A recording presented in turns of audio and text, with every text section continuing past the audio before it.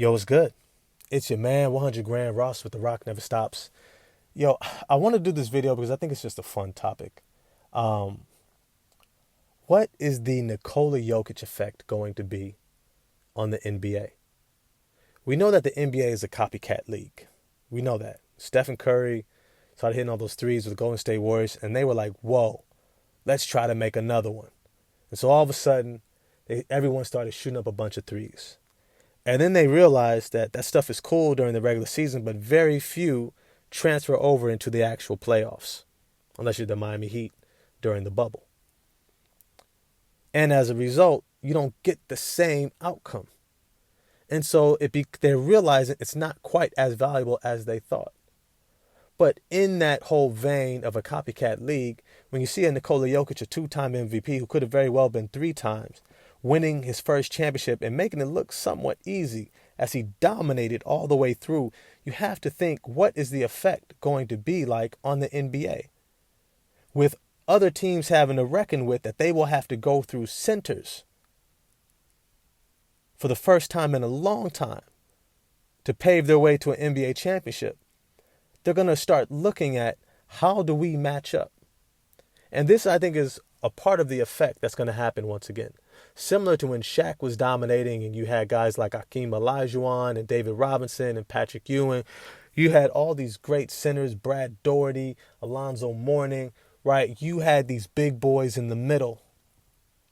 It was popularized and it was emphasized because this was the popular thing.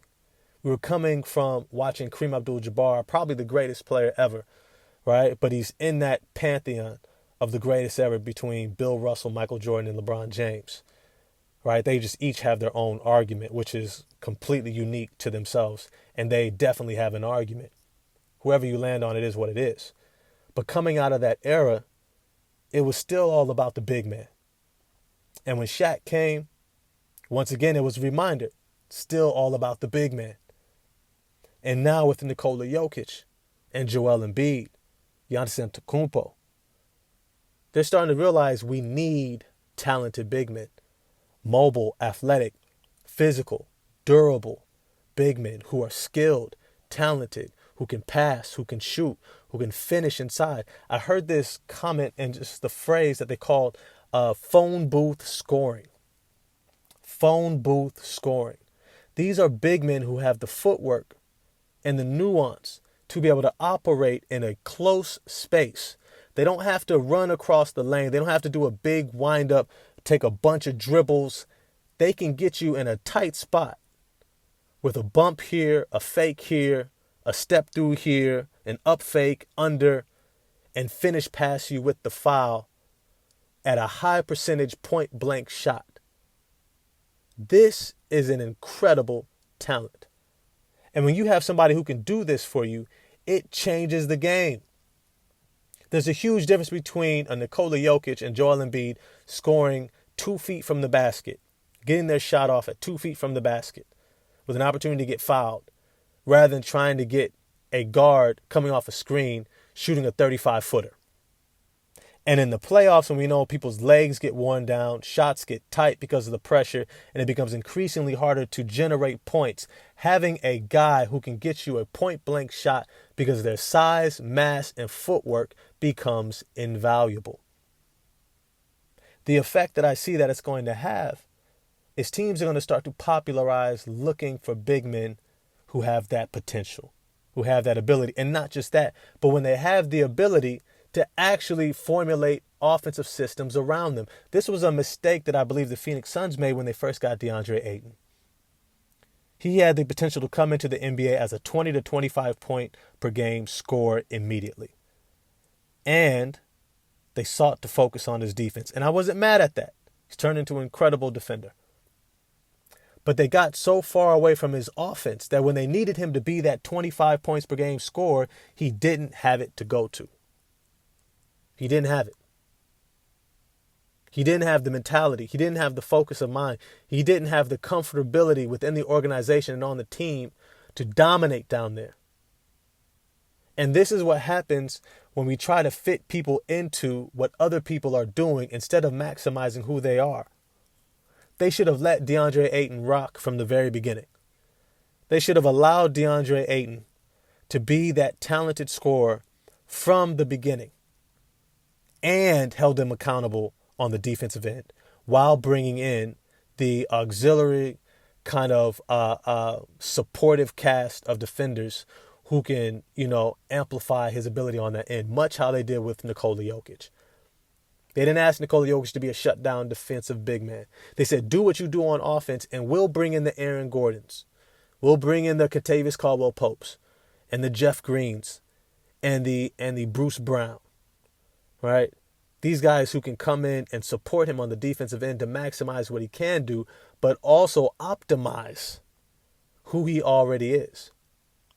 Now, when you have other talented big men like a Jalen Duren, right, who shows really good footwork in the post, or even a James Wiseman who's still kind of just still getting his legs on him. He's almost like a baby antelope or baby deer, still trying to stand up straight, right? You can see the potential, you can see it's there, but he's just so raw and new because he hasn't gotten the minutes throughout his career, whether it's from injury or playing on a veteran-laden team in Golden State. Even though he's now in Detroit, he's still trying to figure it out, but he has the talent. And when you see a Nikola Jokic and you see somebody with similar talent, you make more room for them because of how he is repopularizing this value within NBA offensive systems. You have other players like Nikola Vucevic, Jonas Valanciunas, guys who already have those similar skills. Domantas Sabonis, guys who can operate in that phone booth, who can generate offense for you. Brook Lopez, guys that you're not going to have to say, you know what, just do the pick and roll and pop out to the three-point line to space it out because we want to go 5 out. Instead, you're looking at them and say like, hey, can you do a little bit of this Nikola Jokic stuff? Can I throw you the ball on the block? Which is something that they criticized Coach Budenholzer for, especially early in his career, where he failed to utilize Brook Lopez as a low-post scorer when he was an all-star as a low-post scorer.